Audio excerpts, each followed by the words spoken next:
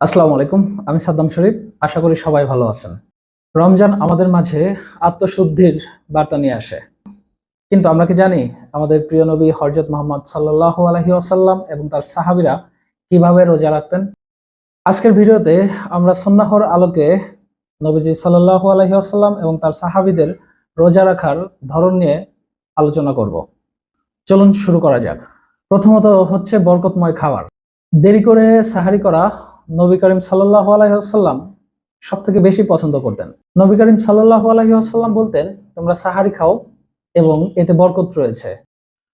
তাদের সাহারি আমাদের মতো রাজকীয় ছিল না। কয়েকটা খেজুর আর পানিই ছিল তাদের সাহারির মূল উপকরণ ও আদর্শ সাহারি। সাহাবীরা সাহারির সময় একে অপরকে দাওয়াত দিতেন এবং সাহারিতে ইবাদতের আমেজ বজায় রাখতেন। এছাড়াও দিনের বেলায় শুধু কি না খেয়ে থাকা মানে রোজা? না।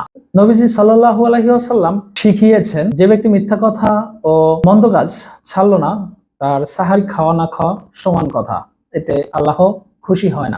নবীজি সাল্লাল্লাহু আলাইহি ওয়াসাল্লাম অন্যান্য মাসের তুলনায় রমজান মাসে বেশি বেশি দান সদকা করতেন। সাহাবীরাও তাদের যা ছিল তখন বিলিয়ে দিতেন। জিবরাইল আলাইহিস সালাম প্রতি রাতে নবীজি সাল্লাল্লাহু আলাইহি ওয়াসাল্লামের কাছে আসতেন এবং একে অপরকে তারা কোরআন শোনাতেন।